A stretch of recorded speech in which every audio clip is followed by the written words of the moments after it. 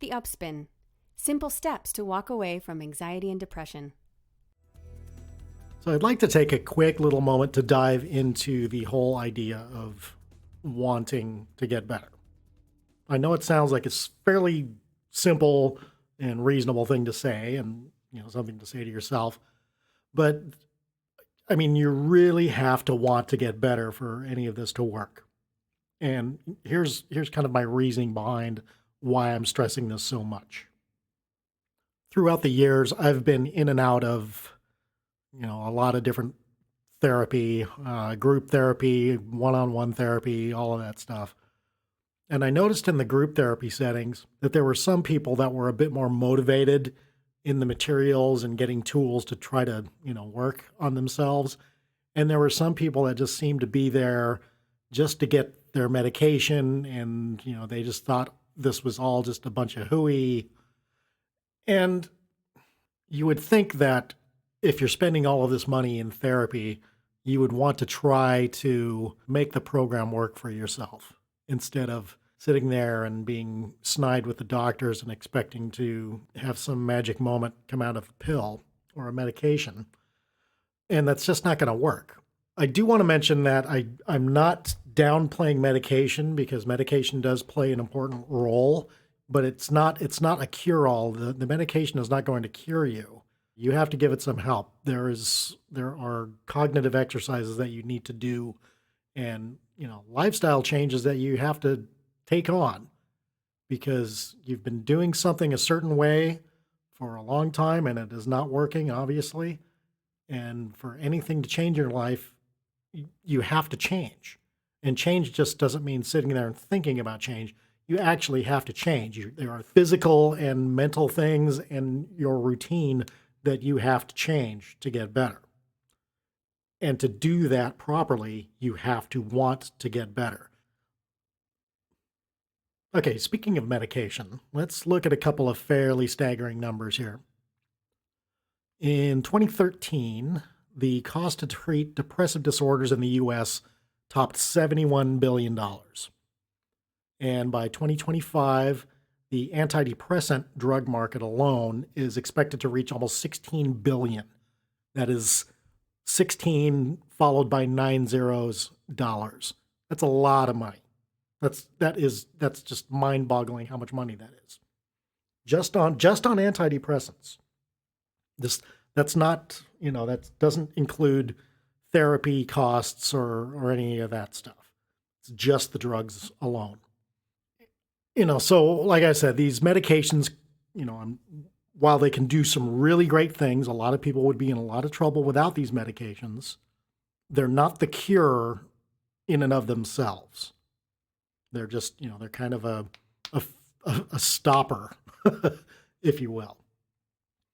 And anybody who's been in the amount of counseling that I've been, hopefully with medication, you're also getting cognitive exercises and some things that you can work on because it's hand in hand. You have to, you can take the drugs, but you also have to work to get better. Problem that I had with the drugs was while I wasn't as depressed, I was kind of less everything else too. I was less depressed and I was less creative. I was just like everything. And, just kind of meandering through my days, going through the motions. And I really, it almost made me more depressed, if you can kind of imagine that. My antidepressants were making me more depressed because I was feeling less creative. I was just kind of turning into a worker bee. There were side effects, wink, wink, that were a problem to me. And, not a good thing, not a good thing. And I tried a lot of different antidepressants and there were some that were definitely a lot worse. And some, the one that I ended up working with wasn't as bad, but still had its problems. So I'm just going to leave it unnamed because I don't want to get in trouble by any drug companies by calling them out. So we'll just leave it at that. But at any rate, like I'm saying, the drugs, I'm not saying to get off of them. I am not your doctor. Your doctor will tell you when you should get off of them or not. What I'm saying is you need to want to get better. And if you can do cognitive exercises and really start trying to look at things differently, the use of your medication will drop off naturally until you won't need them anymore. I'm not saying don't take them. I'm saying there will come a point where you won't need to take them anymore. And that's where I want to steer you towards. I am not a medical doctor. The techniques and procedures described in this podcast are not intended to replace professional medical advice or doctor-prescribed medications. If there's any time that you feel that you're alone and you want to hurt yourself, please call the National Suicide Prevention Lifeline, 1-800-273-8255. You're not alone. It's a free call. Stop what you're doing and call. Okay, enough talk. Let's do something. I want you all to get a piece of paper and something to write with. I will wait for you to do that. You can pause right here and go get those things. Okay, you got them? Piece of paper, 8.5 by 11. All right, let's get going. Now, I want you to think about someone in your life who has hurt you deeply and profoundly, and it still bothers you to this day.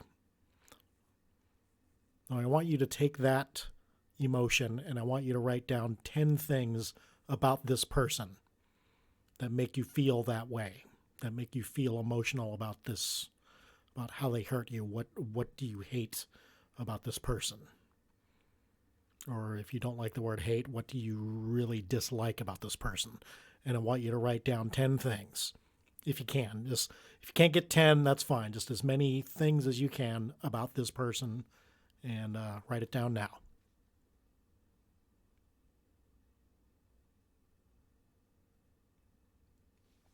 Okay. Now that you've done that, if you need to take a little break and a little breather, do that. Maybe go get a drink of water or something. Walk around, relax, shake it off.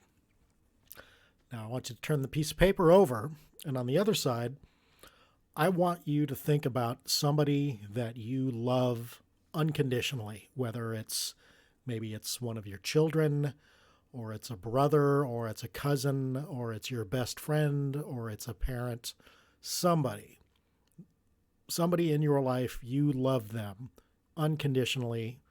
I want you to write down 10 things about this person right now. You can pause and write down these 10 things.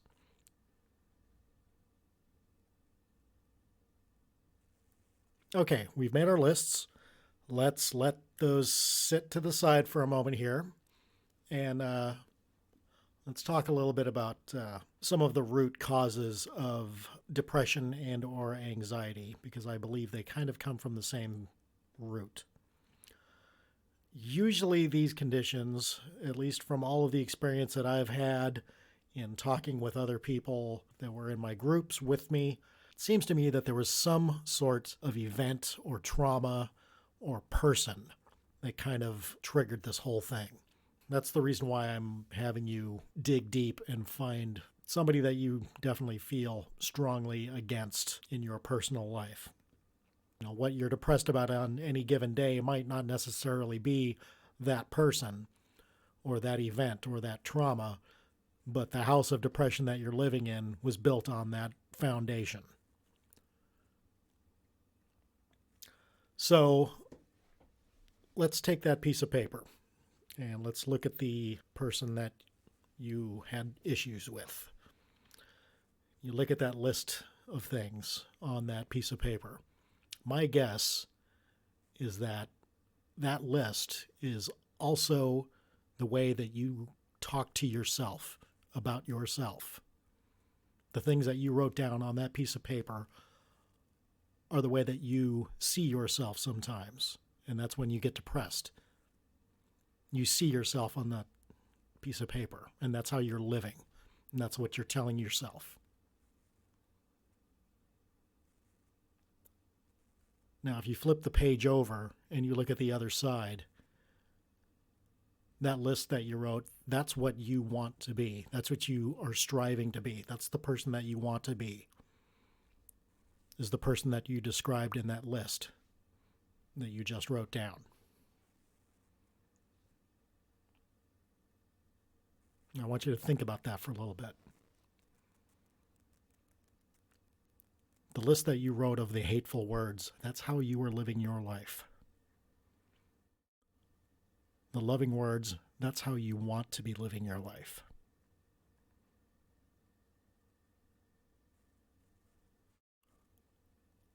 I want you to get a little note card, and I want you to take those words of that person that you love, and I want you to write those words on that note card. If you've got a picture of that person, even better, put it on there with it. And I want you to carry this card with you, in whether it's in your briefcase, in a pocket, in your purse, in your car, wherever. Not in your car. I want you to have it on your body.